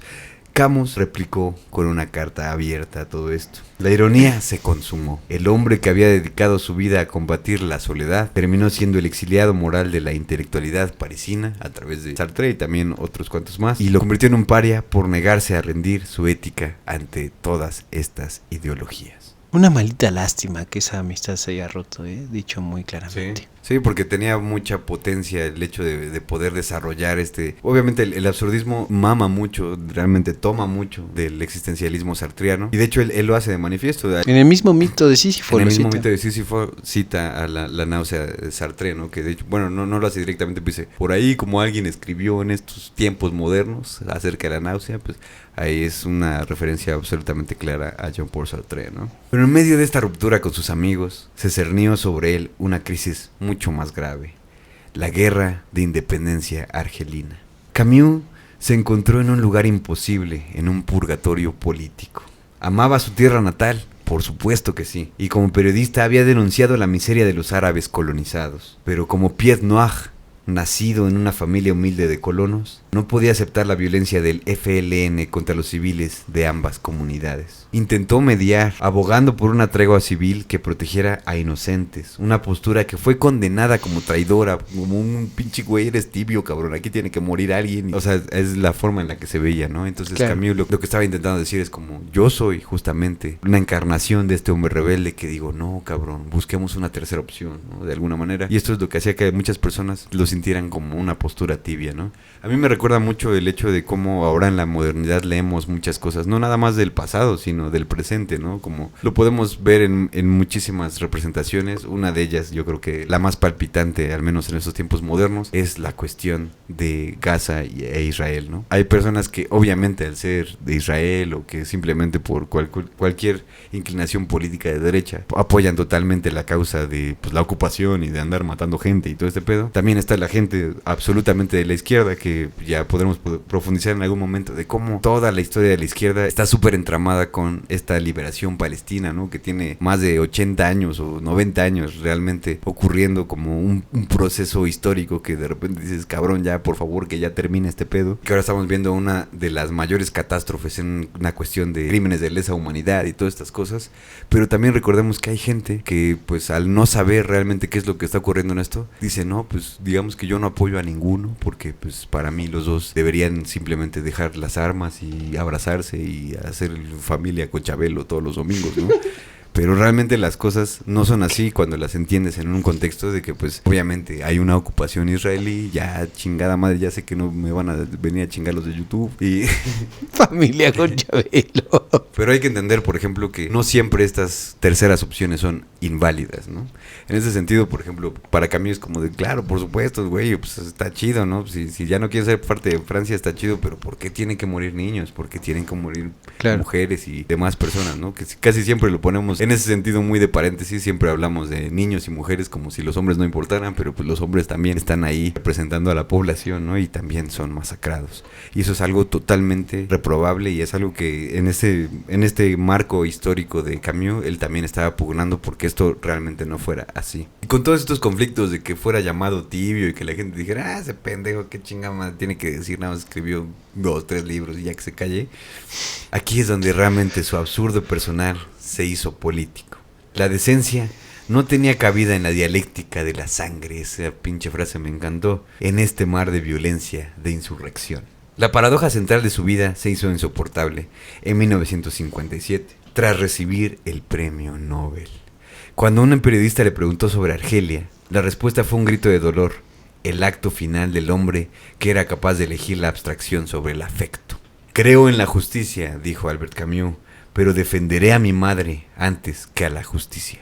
Y esa frase me parece muy esclarecedora porque de alguna manera nos está poniendo muy sobre la mesa el hecho de que todos tenemos luchas benignas y cosas que defendemos, pero yo creo que la gran mayoría de nosotros realmente preferiría, por ejemplo, a miembros de su familia, a tu comunidad y todas estas cosas, pues en ese tipo de marcos que obviamente también vivimos por la violencia y todo, pero no todos podemos entenderlo al 100%. Nos vemos en esa disyuntiva a veces entre elegir de, pues bueno, me voy, por ejemplo, yo mismo a la guerra o simplemente dejamos pasar las cosas, ¿no? Dejamos que haya intervención extranjera, ninguna cosa que tenga que ver con Estados Unidos, por ejemplo, ahorita, pero Pero en ese tipo de situaciones nos ponemos a pensar realmente qué es lo que estamos dispuestos a dar por esas libertades, por esas ideologías que nosotros tenemos, ¿no? Y es aquí donde realmente Albert Camus pues brillaba realmente por no su ausencia, como se dice, sino su verdadera reflexión acerca de las cosas, ¿no? Por buscar estas terceras o cuartas o quintas o milésimas opciones de cómo resolver las cosas. Eso para mí es muy importante entenderlo, no solamente de Albert Camus, sino de cualquier persona que intente también ser un mediador dentro de todos estos conflictos. Su madre, una mujer pobre y sorda que vivía en Argelia, se convirtió en la metáfora de la gente sencilla. No podía justificar una violencia que pusiera en peligro esa inocencia silenciosa, aunque fuera en nombre de la causa correcta, como ya lo había dicho en otras palabras. Esta negativa a elegir la violencia lo dejó en el exilio final, el del hombre que no tiene patria. La angustia por Argelia, el dolor de la ruptura con Sartre y el peso de su propia hipocresía se cocinaron a fuego lento en La Caída, un libro de 1956. Esta novela está estructurada como un monólogo de 5 noches en un bar sombrío de Ámsterdam. Es el acto de autocrítica más devastador en la literatura moderna, podría decirse. El narrador es Jean-Baptiste Clemens, un ex abogado parisino que se autodenomina juez y penitente, porque el cabrón ya de repente se empieza a tener estos delirios de grandeza donde dice, pues chingue su madre, si yo soy así, pues básicamente como que para bien y para mal, pues entonces yo también te puedo juzgar a ti, me vale verga. Clemens, que antes gozaba de ser un hombre de virtudes públicas y que se andaba regodeando en su pinche ego enorme y se sentía por encima de los demás, nos reveló la falsedad de su máscara. El detonante es el recuerdo que lo persigue y que es una de las cosas más importantes de este libro y que básicamente, si se quiere ver de alguna manera mucho más representada, es por eso que se llama La Caída. Una noche, Jean-Baptiste escucha el grito de una mujer que se arroja al río Sena. Y él, el hombre de las grandes causas, este cabrón que dice yo todo lo puedo porque soy una pinche verga, soy el ególatra más cabrón del mundo y nadie me puede bajar de ahí, se da media vuelta y no hace absolutamente nada. El monólogo es el proceso de su descenso moral. A lo largo de estas 5 noches, Clemens se confiesa y en un giro brillante nos obliga a confesar con él. Nos muestra que su moralidad era solo vanidad, un pedestal para sentirse superior. Su objetivo como juez penitente, el andar chingando a todos diciéndoles qué tienen que hacer y qué no tienen que hacer y por qué están mal, es simple. Acusa a toda la humanidad para que su propia culpa parezca compartida y por lo tanto algo mitigada. El momento de su lucidez, cuando entiende la risa del universo, es una cita que toca la fibra de la propia biografía del escritor Albert Camus. Desde el día en que me mantuve alerta, cobré lucidez, recibí todas las heridas al mismo tiempo y perdí mis fuerzas de golpe. Entonces el universo entero se puso a reír alrededor de mí. Camus usa a Jean-Baptiste como su propio espejo, el moralista que fue infiel, que causó dolor, que falló en Argelia. La caída es la confesión de que el absurdo más grande no está en el cosmos, sino en el corazón humano, la hipocresía. Y a mí esta obra, aparte de que me parece profundamente chingón el hecho de cómo lo desarrolla en un sentido, digamos, ya más técnico, no literario, porque lo está haciendo como un monólogo, realmente aquí lo destacable de todo esto es algo que yo me encontré de una manera que ustedes también lo pueden encontrar aquí en YouTube, que se los dejamos en la descripción, la entrevista que tienen entre la hija de Albert Camus, la mismísima hija de Albert Camus, y su propia hija, es decir, la nieta de Albert Camus, ¿no? Uh-huh. Esta entrevista es bastante especial, es una de las cosas que yo recomendaría muchísimo no saltarse de esta vida, porque si te gusta Albert Camus, si te gusta simplemente el hecho de pues comentar obras literarias, esto va a ser una verdadera joya para ti, porque te están hablando personas que vienen de la estirpe, ¿no? Del mismo árbol genealógico que este hombre que dio luz a todas estas grandes ideas, y ellas de alguna manera también lo recuerdan en esa grandísima entrevista. Me encantaría realmente que le dedicáramos mucho tiempo a esto, pero realmente en que lo humanizan demasiado. Obviamente su hija lo recuerda como el padre, ¿no? Lo recuerda como ese padre que escuchaba demasiado, que ella incluso lo dice como es uno de esos adultos que realmente escuchan a los niños, ¿no? Que para mí es una de las cosas más sagradas que puede haber. Los niños, incluso desde el cristianismo hasta el mismísimo satanismo, son la prueba más fehaciente de que la creatividad existe, de que nosotros somos capaces de hacer absolutamente lo que queramos porque somos lo que queremos en potencia, ¿no? Algo que no tiene absolutamente nada de diferencia con el absurdismo camusiano. De alguna manera, pues son ese tipo de cosas que también yo no por hacerme el que Simone de Beauvoir estaba equivocada, sino que simplemente creo que en ese tipo de cosas también se se pueden ver a este hombre intentando representar todo lo que su literatura estaba intentando decir, ¿no? Su hija obviamente pues lo va a recordar como esta figura, como este padre. Lo pudo haber recordado como de una manera asquerosa y estúpida, como lo haría Badir Derbez acerca de su papá, ¿no? El burro de Shrek. Pero lo importante aquí es que su hija lo recuerda con muchísimo amor. Lo recuerda también como este padre, ¿no? Que de alguna manera te pone, pues, ahora sí que en cinta, ¿no? Así como de, no, hija, a ver, no la cagues en esto, ¿no? Porque este pedo es así y bla, bla, bla. E incluso más ligeramente, ¿no? Así como eso, ¿no? Y queda muy claro, ¿no? Creo que en ese sentido era exigente y lo dice muchas veces en esa plática que tiene la nieta y la hija de Camus. Diría Samuel García, papá era bien estricto. Pero al mismo tiempo era un padre, un hombre adulto frente a ella, frente a la hija, lógicamente, que sí le prestaba atención y le daba esa libertad también de acción, ¿no? En ese sentido de, puedes ver qué onda, pero si te estás yendo, recuerda, ahora sí, como diría una vez más Mufasa a Simba en El Rey León, recuerda quién eres. Simba. Y una de las cosas de las que estaba hablando justamente de esta entrevista que tienen entre su hija y su nieta es una cosa que a mí me parece muy hermosa, que es cuando la nieta le pregunta a la hija de Camus, es decir, a su propia madre, obviamente recordando, ¿no? Ese momento donde ella le dice, puedo leer, ¿no? De alguna manera, ¿me dejarías, mamá, leer lo que el abuelo escribió? Y la primera lectura que ella hace, la nieta, es El extranjero. Obviamente es una pues literalmente una de las primeras obras que tiene. Hay que también decir que tiene este escrito sobre bodas, ¿no? Que es una cuestión costumbrista, básicamente argelina de Albert Camus, donde está recuperando todas sus raíces. Entre reportajes y ensayos de Argelia en ese sentido. Pero en El extranjero, pues digamos, ya pone de manifiesto todas estas cosas. Como ya les había dicho en el mito de Sísifo, este güey se está llevando así, pero al límite, todo el pedo filosófico. Pero lo pone de manifiesto ya totalmente como una puesta en escena, que también no será nada ajena a Albert Camus, porque era un gran dramaturgo también. El punto aquí es que la nieta lee El extranjero y obviamente ella dice, no, pues yo es una lectura con la que conecté cabrón, ¿no? Porque yo diría que es una de esas lecturas que básicamente cualquier persona podría llegar a conectar, al menos no pues en cuestión de ritmo o cosas así como de, pues está muy entretenida esta obra, pero sí se puede decir que es una obra absolutamente reflexiva y muy profunda. Y ella pues lee todas estas cosas en eso, pero dice, esa fue mi obra favorita durante muchos años, pero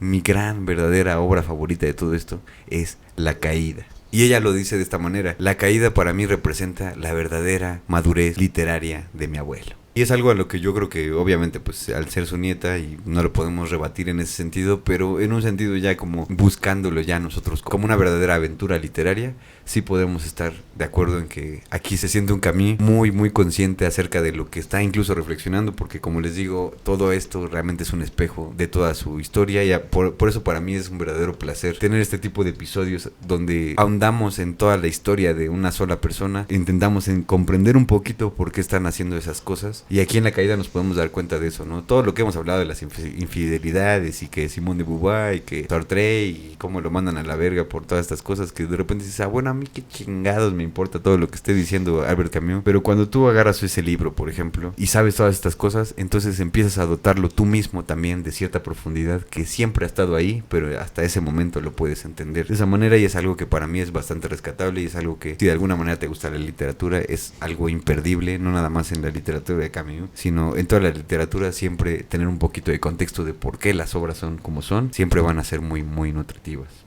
Llegamos al año de 1957. El hombre que se sentía un paria es condecorado con el Premio Nobel de Literatura. Albert Camus tenía 44 años. Este momento no es solo un reconocimiento, es la vindicación de su postura moral solitaria. En Estocolmo, donde están las oficinas oficiales del Premio Nobel, reafirmó su ética con una fuerza estremecedora. El papel del escritor, dijo, no es servir a quienes hacen historia, a los ideólogos que la manipulan, sino a quienes la sufren.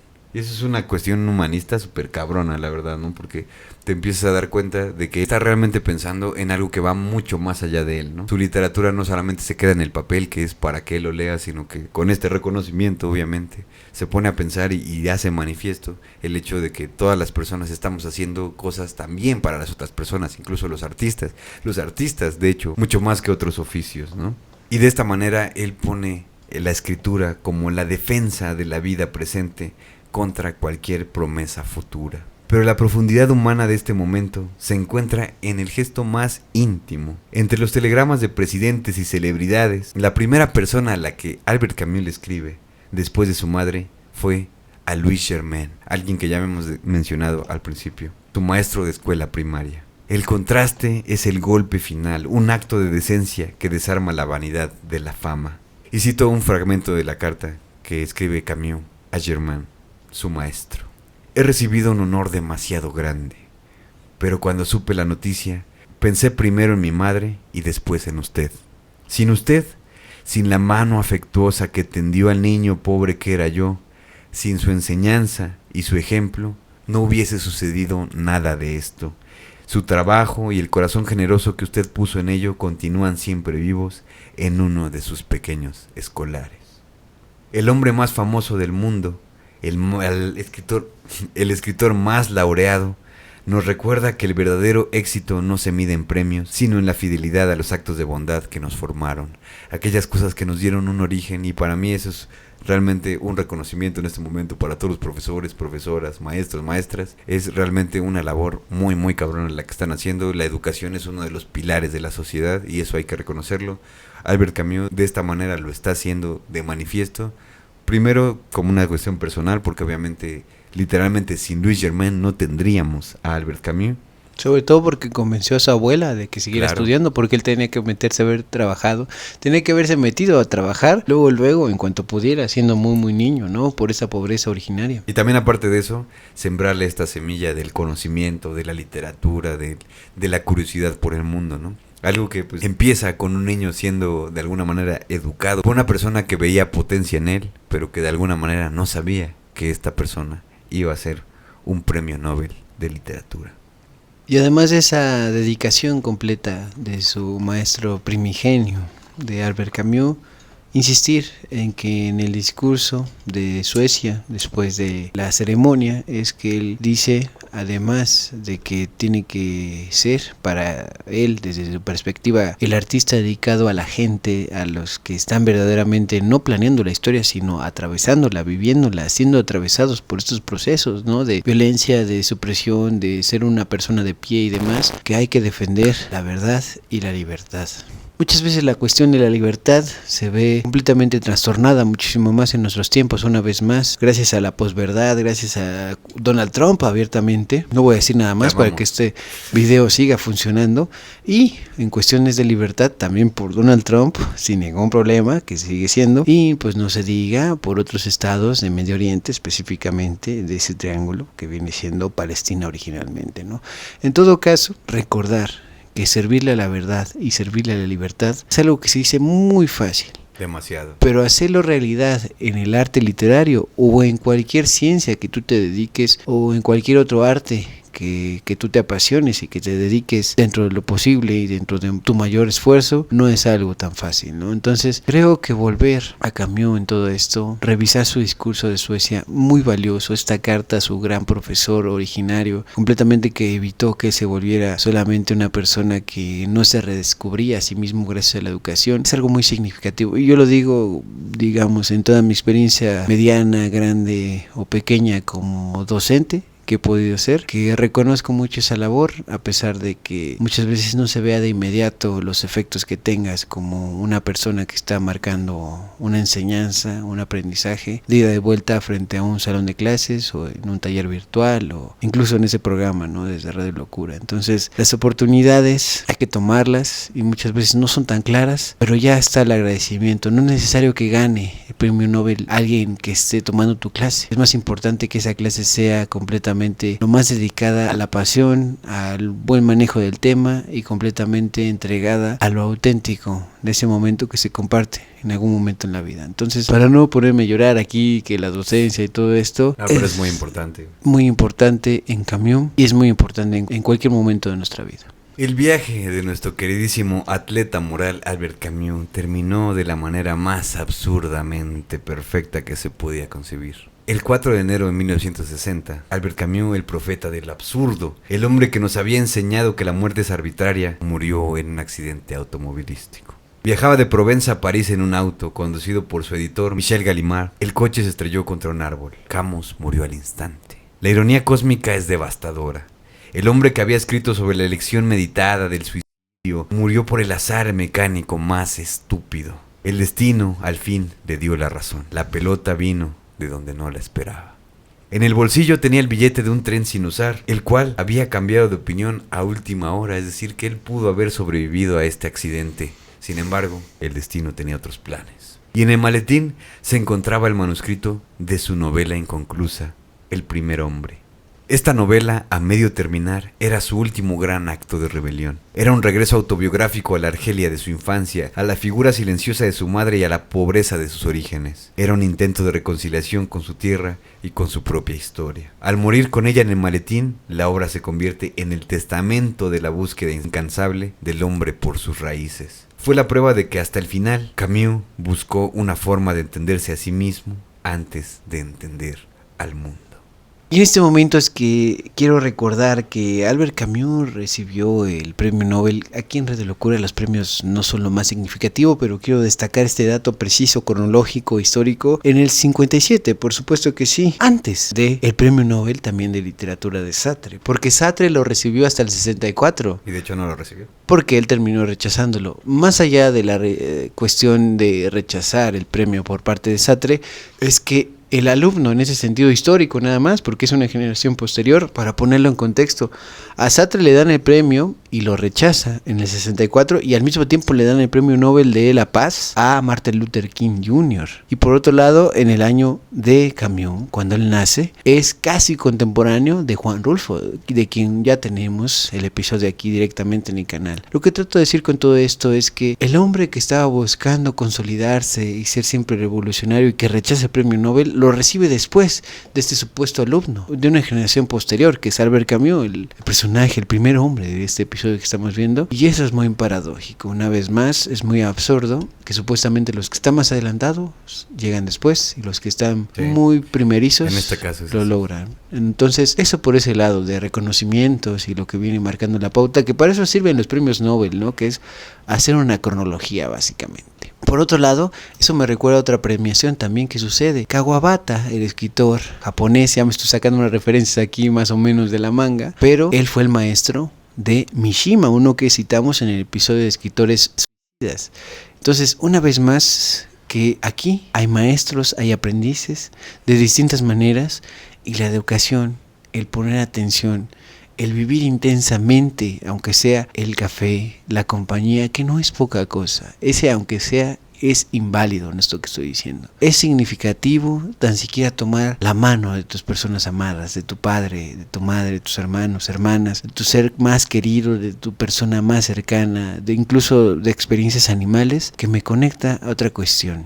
La realidad de Albert Camus, viniendo de una colonia francesa todavía en el siglo XX, con esta dominación de Europa sobre África, recuerda una oportunidad que quizás ustedes puedan poner en los comentarios. Lo voy a dejar aquí. Quizás me cueste mucho que eso sea una realidad, pero hay otro escritor, también filósofo, pensador, que viene de ese mismo lugar, Argelia, de estos tiempos, una generación despuesito de Albert Camus. Me refiero al mismísimo Jacques Derrida, que si ustedes quieren su episodio, quizás a muchas de las personas que ustedes están... ¿Qué? Si te gustó este episodio, te va a gustar el de Derrida. Entonces, quizás muchos de ustedes lo conocen mejor que nosotros, pero sería una realidad muy interesante, muy trabajosa, pero por lo mismo muy, muy seductora, para que exista el episodio completamente de Jacques Derrida en ese sentido. Él también procede de Argelia y de una manera muy distinta en su método, también logra este posicionamiento a medias tintas, algunos dirán, y otros dirán con una perspectiva muchísimo más abierta, ¿no? De posibilidades continuas con la deconstrucción. Pero volviendo a Albert Camus, cosas importantísimas. La caída quizás no es la mejor entrada, porque hay una madurez y una capacidad de atención que muchas veces, a veces no las tenemos en la mano, quiero decir. Entonces, si ustedes vuelven al extranjero, si ya lo leyeron o es la primera vez, está excelente. Visitar el mito de Sísifo es un básico con Albert Camus, una invitación total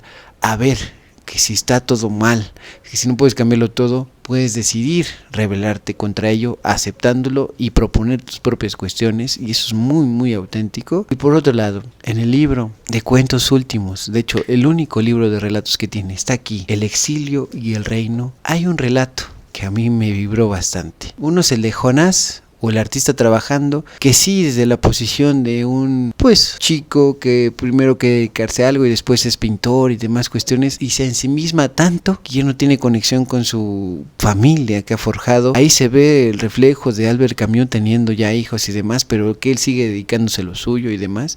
Ahí pueden ver un retrato muy pues plasmado en un relato corto. Pero por otro lado, el relato que se llama Los Mudos es una de las oportunidades más claras para ver cómo Albert Camus, a pesar de que no estaba abrazando totalmente el movimiento y el régimen de Stalin en la Unión Soviética, que se desvirtuó en muy grande medida, y que sí lo hizo Sartre en su momento y también Simone de Beauvoir, aún así ve que trabajadores en industrias completamente manuales, de estar expuestos la mera chamba a estar trabajando en cuestiones muy duras, puede reconocer que aún así, sí es absurdo el mundo, pero es una realidad obrera la que mantiene el mundo trabajando.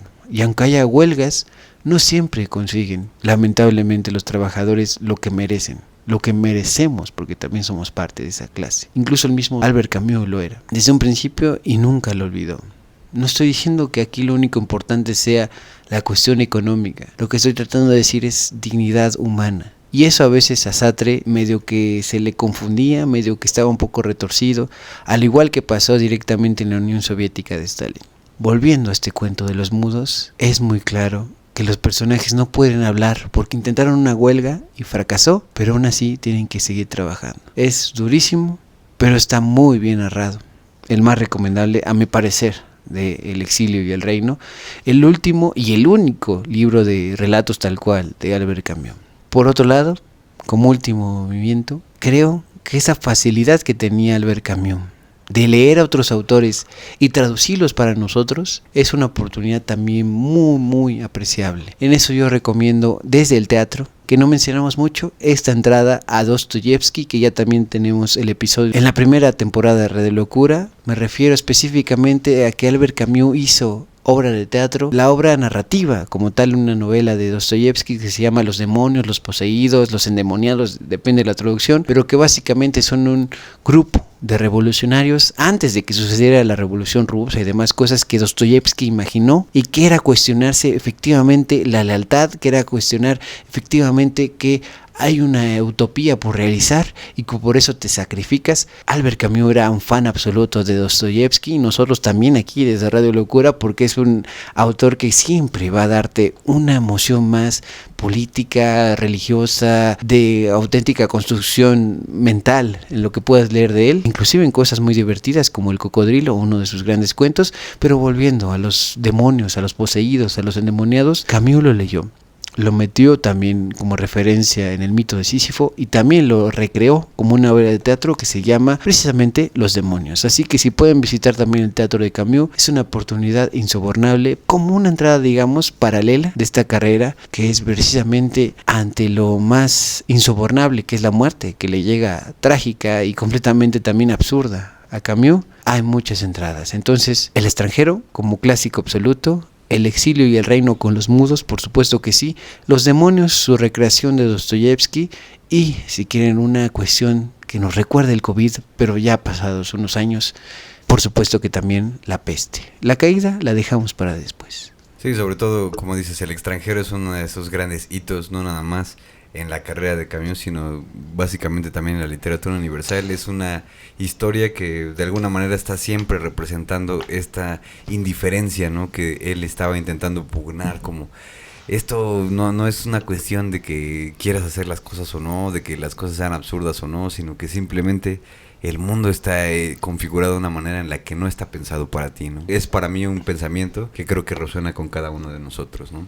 Recordemos también a Camus como justamente un grandísimo escritor, sobre todo esa es básicamente su más grande etiqueta. Está, digamos, en tela de juicio casi todo el tiempo, ¿no? Si él realmente era considerado un filósofo, por todas estas cuestiones que hablamos de Sartre, que era un poco más clásico en el sentido de decir las cosas, en hacer las revisiones. Pero si ustedes leen, por ejemplo, el mito de Sísifo, se van a encontrar con conceptos que son, no es por la cuestión de que sean complicados o no, sino porque son Están bien planteados, están bien retomados. Son entramaciones de pensamiento bastante bien planteadas y que eso requiere de alguna manera pues un cierto rigor para ir tocando ciertos puntos hasta el punto en el que realmente puedas entender todos estos conceptos. La más grande propuesta que hace Albert Camus dentro del mito de Sísifo, al menos en esta lectura, es la cuestión del absurdo, ¿no? Y el por qué realmente este castigo que de alguna manera se siente, que se cierne sobre nosotros como algo totalmente existencial, es el hecho de cargar con el propio peso que uno tiene que vivir, ¿no? Con el peso de la existencia, ¿no? En ese sentido, pues Sísifo actúa como una alegoría realmente de lo que significa estar vivo, ¿no? Ahí podemos encontrar muchísima información muy nutritiva acerca de cómo podemos ver el mundo. Es una propuesta, por supuesto, como cualquier otra cosa. Una de las cosas que a mí Albert Camus me hizo sentir mucho y que me hizo incluso recordar, ¿no? En esos momentos donde yo sentía que realmente, pues no sé, a lo mejor había leído algunas cosas en la primaria, a lo mejor siendo adolescente, de repente escuchas estos títulos, ¿no? Como La Peste, El Extranjero, La Caída, qué chingada madre son esas cosas, ¿no? ¿De qué está hablando? ¿Por qué son relevantes? Y realmente ahora, ya con la edad que tengo y con la forma en la que estamos haciendo estos podcasts, me doy cuenta que son realmente pensamientos muy importantes que básicamente cualquiera de nosotros podría llegar a tener, ¿no? Obviamente, pues él tiene su educación,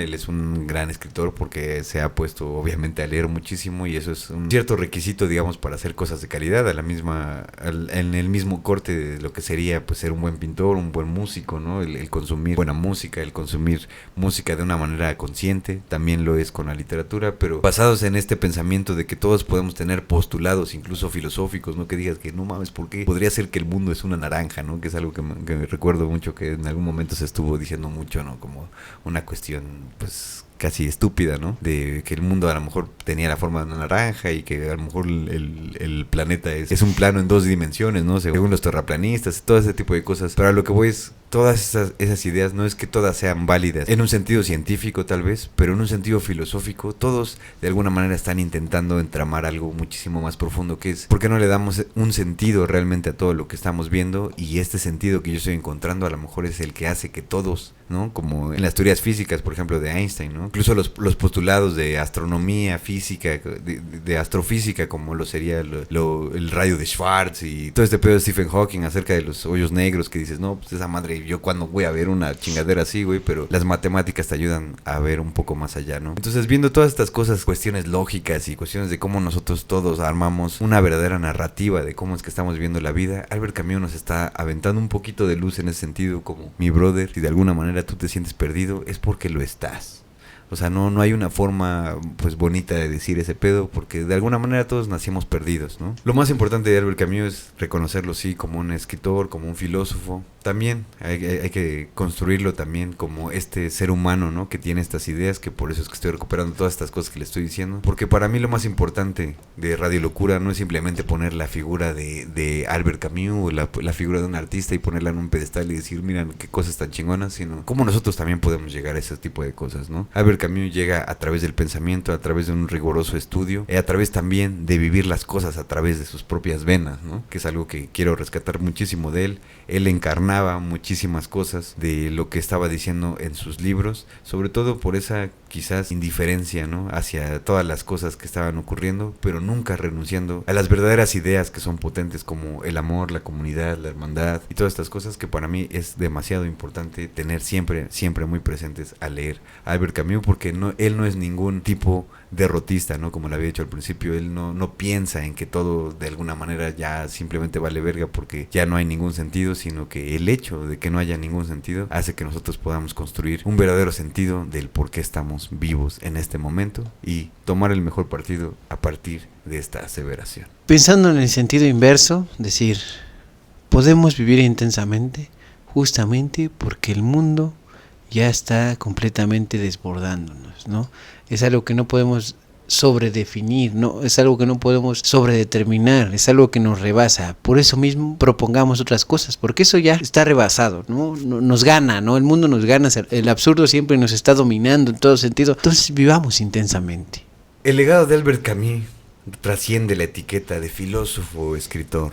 Él fue, ante todo, un testigo incansable de la condición humana, un artesano de la decencia en un siglo de barbarie. Nos dejó una ética que no se niega a la resignación fácil y a la esperanza vacía. Si el universo nos ha condenado a la futilidad, Si no hay propósito trascendente, entonces somos libres de crear nuestro propio valor. Camus nos enseña que el valor no está en la victoria final, sino en el esfuerzo repetido. Cuando el mundo nos grita que la vida es un sinsentido, la respuesta de Camus no es el grito de desesperación, es el grito de la vida. Es la rebelión constante, el amor por la belleza fugaz, la amistad innegociable y la lealtad a los oprimidos. Su obra entera es un mapa para la dignidad. Nos enseña a ser como el portero ante la pelota inesperada, lúcidos, apasionados y sobre todo responsables. Y así volvemos a la montaña de la que partimos. El mito de Sísifo, en la voz de Camus, no es una tragedia, es un triunfo. Sísifo desciende la montaña, ahora no como un esclavo, sino como un rey. Él es el hombre que sabe que a pesar de la condena, su destino es suyo, que su roca es su cosa. En ese instante de conciencia, en ese momento de lucidez absoluta cuando ve rodar la piedra, se realiza la única felicidad posible, la alegría de la rebeldía sin esperanza. El legado de Albert Camus es esa dicha del condenado, es el recordatorio de que somos los únicos responsables de inyectar sentido en un mundo que nos niega a dárnoslo. Y si el universo se ríe de nosotros, nuestra respuesta final, la más humana y más noble, debe ser simplemente vivir, amar y luchar con decencia hasta el puto final. El absurdo de la vida no reside en que podamos entenderla o no, es más bien la consecuencia de estar aquí. Es esta ley cuasi metafísica que parece que empuja las cosas al sinsentido cuando le pones la atención literalmente a cualquier cosa, a tu pinche zapato, a tu calcetín, con la misma certeza con la que la verdad hace caer a los objetos. Camus anuncia así que los esfuerzos que hemos hecho, hacemos y haremos en el futuro son fines en sí mismos, no están yendo a un destino específico. Todo lo que somos es así porque así lo creemos y que actuamos en consecuencia de lo que creemos. Cada quien le da el orden a sus verdades, esas que te alejan de querer matarte, por la razón más mezquina o tonta o estúpida, o por aquellas grandes y nobles ideas que llenan nuestra existencia que solo nosotros podemos percibir. La libertad en donde cabe la rebeldía, el amor donde cabe, en ocasiones, todo nuestro mundo y al que un hombre como él jamás renunció. Esa es la verdad que nos legó el Pied Noir, el portero, el amante, el moralista, el filósofo, el infiel, el padre que escucha, el rechazado por los rechazados, el extranjero, el incomprendido, el hombre condecorado con el Premio Nobel de la Literatura, la bolsa de carne y huesos que se estrella contra el árbol para por fin morir. El hombre que al fin y al cabo solo quería reclamar su lugar en el mundo, como el incómodo hijo de su puta madre que hace evidente que sufrimos por puras pinches mamadas, que por más que conozcamos, nunca entenderemos del todo, que no alcanza toda la vida para encontrarle un sentido a sí misma, que puedes tomar el atajo simple de aceptar que no hay nada ordenado en el universo, no hay reglas, no hay gurús, ni las leyes, ni el arte, ni decretos reales que acerquen al ser humano a su último propósito, simplemente no lo hay. Albert Camus solo hizo el intento de dejar palabras en papel que le ayudaran a definir la vida para sí mismo y con suerte para una que otra mente por ahí. Y en ese intento, nada soberbio, es donde reside su más inmensa y muy absurda grandeza. Y es aquí donde Radio Locura realmente decimos, imaginemos, sí, así sí fue feliz. Pero también imaginémoslo mentándole la madre a los dioses que le dieron ese castigo. Imaginemos cómo pierde el tiempo escuchando un podcast de dos pendejos hablar acerca de Albert Camus. Imaginémoslo rascándose la puta cabeza mientras está aventando la pinche piedra bajo la colina. Imaginemos a Sísifo siendo cargado por la misma piedra, ¿por qué chingada madre no? Hablando todos los idiomas en su infinito castigo. Y es mi propuesta, ¿por qué no? Imaginemos a Sísifo cogiendo.